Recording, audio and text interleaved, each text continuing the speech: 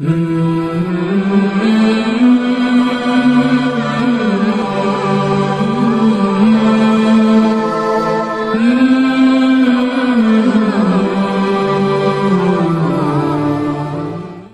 ونصلي على رسوله الكريم اما بعد فاعوذ بالله من الشيطان الرجيم بسم الله الرحمن الرحيم يا ايها الذين امنوا اتقوا الله وذروا ما بقي من الربا ان كنتم مؤمنين فان لم تفعلوا فاذنوا بحرب من الله ورسوله وان تبتم فلكم رؤوس اموالكم لا تظلمون ولا تظلمون صدق الله العظيم۔ یہ سورہ بقرہ کی 2 آیات آپ کے سامنے تلاوت کی۔ زمانے جاہلیت کے اندر جہاں اور بہت ساری ان کے اندر اخلاقی برائیاں موجود تھی، تو وہاں ان میں ایک بڑی جو برائی تھی وہ سود کی بیماری بھی ان میں موجود تھی۔ جہاں وہ شراب نوشی کیا کرتے تھے اور جوا بازی کیا کرتے تھے اور اسی طرح بچیوں کو زندہ درگور کیا کرتے تھے اور غریبوں اور کمزوروں کا مال وہ ہڑپ کر لیا کرتے تھے اور بیٹیوں اور بہنوں کے جائیداد پر قابض ہو جایا کرتے تھے، مختلف قسم کے قتل و غارت گری اور تمام قسم کی برائیاں جو ان کے اندر موجود تھی، تو اس میں ایک بہت بڑی برائی زمانے جاہلیت کی اور سود کی بیماری بھی ان میں موجود تھی۔ جب اسلام آیا تو آپ صلی اللہ علیہ وسلم نے فرمایا کہ اللہ تعالیٰ نے اب سود کو حرام کر دیا ہے اور سود کا جتنا بھی پیسہ ہے، سب سے پہلے آپ نے فرمایا کہ اپنے خاندان سے میں شروع کرتا ہوں کہ انہوں نے جن کا پیسہ دینا ہے وہ دے دیں گے، لیکن جن سے لینا ہے وہ سود یہ معاف کر دیں گے، کسی سے یہ وصولی نہیں کریں گے۔ قرآن کریم کی اس آیت میں بھی اللہ رب العزت نے فرمایا کہ اے ایمان والو، اللہ تعالیٰ سے ڈرو اور سود کو چھوڑ دو اگر تم اہل ایمان ہو۔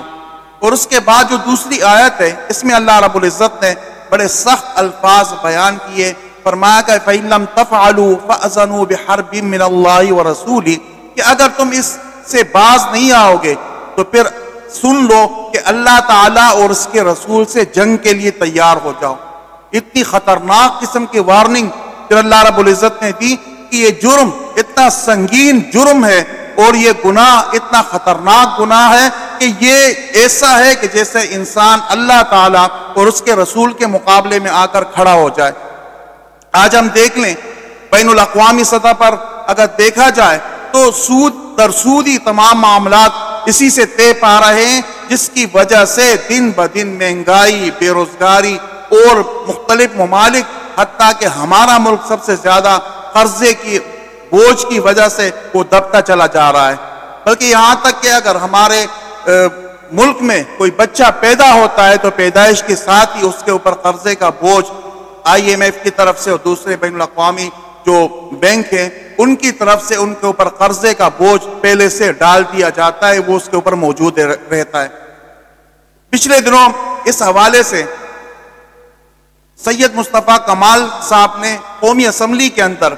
ایک بہترین پرمغز اور تفصیلی گفتگو سود کے حوالے سے کی، اور انہوں نے وہاں پر کہا کہ یہ اللہ تعالیٰ اور اس کے رسول سے جنگ کے مترادف ہے اور اس کے لیے جو ہے نا ہمیں اقدامات کرنے چاہیے۔ بہت ہی پرمغز اور تفصیلی گفتگو انہوں نے سود کے حوالے سے کی۔ اس پر تمام جماعتوں نے اور تمام تنظیموں نے اور مختلف مسالک والے علماء اکرام نے اور قائدین نے ان کی اس تقریر کو بہت سراہا اور ان کی بڑی حوصلہ افزائی کی۔ ابھی 3-4 دن پہلے وہ ہمارے ہاں تشریف لائے تو ہم نے بھی ان کو اسی بات کے اوپر ایک قسم کی داد بھی دی کہ یہ آپ نے بہت ہی اچھا قدم اٹھایا۔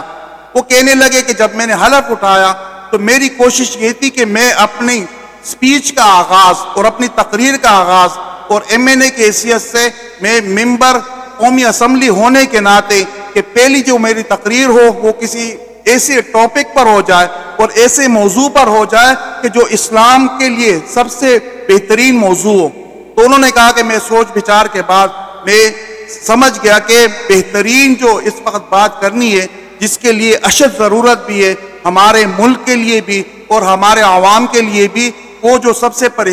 بڑی پریشانی بنی ہوئی ہے وہ سود کا معاملہ ہے۔ تو صرف ایک بندے کی اس تقریر سے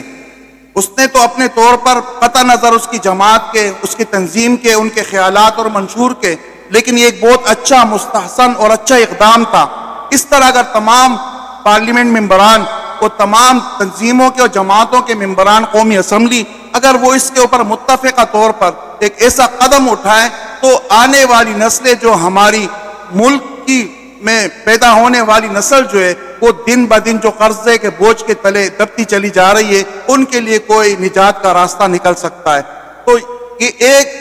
MNA کی تقریر سے یہ معاملہ حل نہیں ہو سکتا، اس کے لیے اجتماعی طور پر کوشش کرنی چاہیے اور اجتماعی طور پر اس کے لیے کوئی اقدامات کرنے چاہیے۔ اس لیے شاعر نے کہا تھا کہ رنگ محفل چاہتا ہے ایک مکمل انقلاب، رنگ محفل چاہتا ہے ایک مکمل انقلاب، چند شمعوں کے بھڑکنے سے سحر نہیں ہوتی۔ وآخر دعوانا ان الحمدللہ رب العالمین۔